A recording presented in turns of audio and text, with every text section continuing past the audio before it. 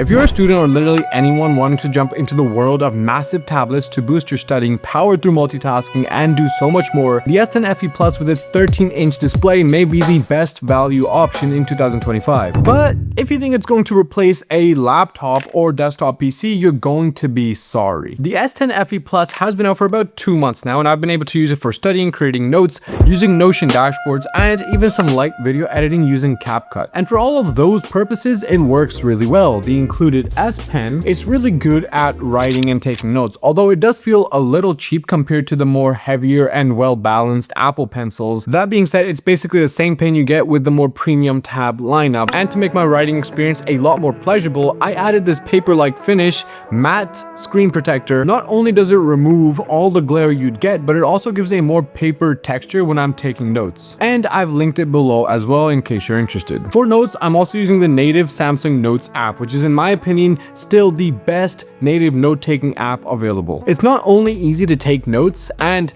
make them look amazing with different included templates and ink colors, and for me, I use black for all my titles, blue for main points, gray for smaller details under, and purple for charts and equations. And I found that taking notes with this color coding also helps me remember so much more content in these like color coded files. Now when I finish taking notes, I can easily import them into Notion, where I have pages dedicated to each subject, and I can file the notes and make sure I review them constantly so I'm not rushing before the exam dates. So that is the note-taking and studying experience, and so far it's been really flawless. On the other hand, trying to transport notes from Apple Notes into Notion is an absolute nightmare. And aside from taking notes, this massive display is also really great for research. So I can have Google Docs open on the side along with YouTube playing something in the top corner and Chrome tabs open too. This way I can research, write, and listen to music all at once. And even with these 3 apps open and running, you won't notice any kind of degraded performance. So we just went over 2 use cases: handwriting your notes and studying, as well as multitasking and research. And while both of these 2 activities are totally feasible and easy to do,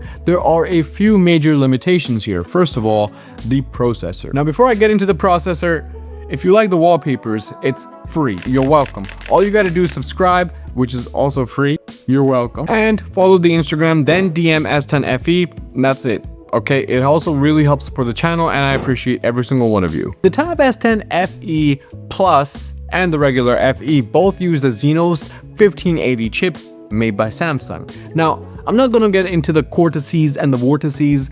All you really need to know is that you're going to be very strained when you start to get into the higher tier productivity. For example, we usually do a gaming test on the chips, and the fact is that the Exynos 1580 is totally fine for mid to low tier games. But anything more demanding, we're talking Genshin Impact or anything similar, you're going to have heat, lag, and possible app glitches as well. The same can be said for using apps like Chrome. If your life is powered by 100 Chrome tabs that need to be open at all times, then I'm sorry, you don't have much time left. Any more than 20 tabs and you'll have serious issues with Chrome as well. And the really scary thing about it all is that you can buy this tablet right now, quickly open 20 Chrome tabs and actually have it working really well. Then come back to this video and call me an Apple fanboy. But the issue and a common and scary occurrence for Exynos chips is a slow degrading over time of the performance. This can be due to things like overheating,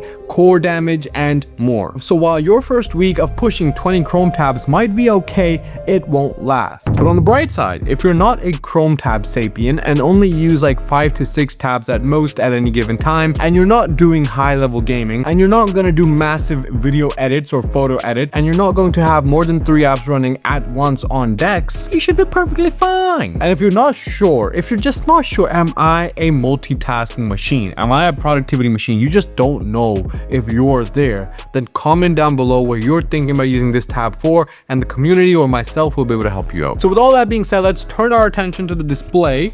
As usual for the Tab FEs, it's an LCD display, but again, it is one of the best LCD displays I've ever seen. I mean, not only is it massive and the colors are just popping. The blacks are super deep, and honestly, for those who don't know it's LCD, they might actually end up thinking it's OLED. So I honestly don't think the LCD issue is an issue at all. And the refresh rate is actually better than the new M4 MacBook Airs. So animations look super smooth, and overall watching anything with this massive display and these built-in speakers is a pleasure. Don't worry about display, okay? Just don't worry about it. But wait, because it's not all that great. There's one last dip in this roller coaster that you need to know about before thinking about buying this, and that is there's no AI. Now look, Galaxy AI was being used by Samsung earlier this year to be the only reason to buy their new S25 phones, which is dumb because Galaxy AI is not that great. But even still, there are some AI features that have become a core part of my studying repertoire. One of them is AI transcripts. This feature allows me to record super long 2-hour lectures and create written transcripts of everything that was said in class. It then summarizes all of that into bullet points so I can quickly go over long lectures to make sure I understand all of the material. And even in class, when someone asks a question, it records that as well, and it records the answer. That's all pretty cool, right? Guess what? You're not getting that feature or any productivity Galaxy AI feature in this tablet. There are some AI features that you are getting, and this is where I think, in my opinion, Samsung is lying to you, because on their page they vaguely mention AI features. They've got the icon, but they're only referring to things like Smart Select, Object Eraser, and random things like Read Aloud. Things that have been available since the dawn of time. And just so you know, this is just like salt on the wound basically. All of those advanced AI features like AI transcripts aren't even using the local processor. They're actually processed on the cloud. So that means Samsung could enable all of those features on this tablet, and this tablet would not be slowing down at all. On the other hand, the peasant selection of AI apps that are available on this tablet are processing locally, so they actually will use up your chip's power. So no, you won't get the full Galaxy AI feature set that's out right now or ever, and you also are limited by the processor. And notice real quick how on their comparisons across their devices, the chipset isn't even there. That's a little scoolsy to me. It's a little skeezy. What does that mean? I'll tell you. Ladies and germs, the fact is that Samsung is hiding a fantastic way to save your money and get a much better product. Look, the Exynos 1580 chip made by Samsung in the S10 FE and the FE Plus isn't even comparable to the Snapdragon 8 Gen 1 made by Qualcomm. It's markedly worse. So even with all this screen real estate, when you're focused on productivity and productivity features and multitasking, it doesn't matter because the chip is not going to be able to handle it. Instead, what you should do is get a Tab S8 Ultra, which will actually be cheaper, and it has a markedly better processor, the Snapdragon 8 Gen 1. And by the way, it also has a bigger display coming in at 14.6 inches and all of the Galaxy AI features as well. And for a bit more money, I'm getting excited now. For a little bit more money, you can go flip a few more burgers. You can get a much more improved chip, Tab S9, which should also future-proof you a lot more. But then you'll also be getting a smaller display though. I'm not trying to take away too much from the Tab S10 FE. Look, it's going to be great for students who are only using this as a sidekick for note-taking and note reviewing, or for people who are quickly writing up documents or do some research. And I didn't even mention that it does have a great battery life. But if you're coming from a 2016 or 15 MacBook or anything newer, it won't feel like an upgrade. It will look and feel new and shiny, but it just won't be able to handle the high load tasks. So the point is that this will not replace a traditional laptop, PC, or desktop setup. And that is the conclusion. Look, the S10 FE Plus display, gorgeous, and so are the speakers, and that kind of reminds me of the M1 iMac. I bought that machine to edit my videos and do productivity, but in the end, it was garbage. A video would take 15 hours to export as 4K, so it was just a big, beautiful screen with nice speakers. And I feel this is kind of very similar. If you just want something big for note-taking, light browsing, using Google Docs and, you know, a couple of different apps on decks, probably 3, no more than 3. And by the way, Google Sheets app is a nightmare, stay away from that. And you just maybe want a video call, use WhatsApp, use different sorts of, you know, maybe even record interviews and things like that. This is fine, go ahead, you shouldn't have any issues at all. But if you really want to be productive, then use the hack.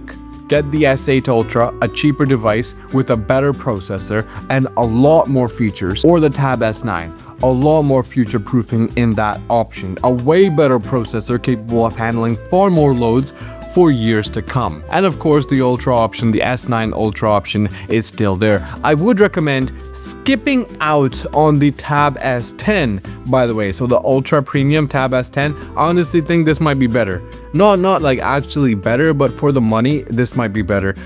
Simply because of that new MediaTek chip. We just don't have enough information about that chip to be able to say it's going to be a future-proofing or long-term chip. It does seem like Samsung was making some cuts this year with their S10. So again, stick with the S8 Ultra if you can. It is actually cheaper. If you can find it, then definitely snag that up. Or if you can flip a few more burgers, go for the Tab S9. Again, both of those options are more for people who are trying to push their productivity forward. And if you don't know how your future is going to look like, maybe you might need that productivity capability in the future, be safe rather than sorry.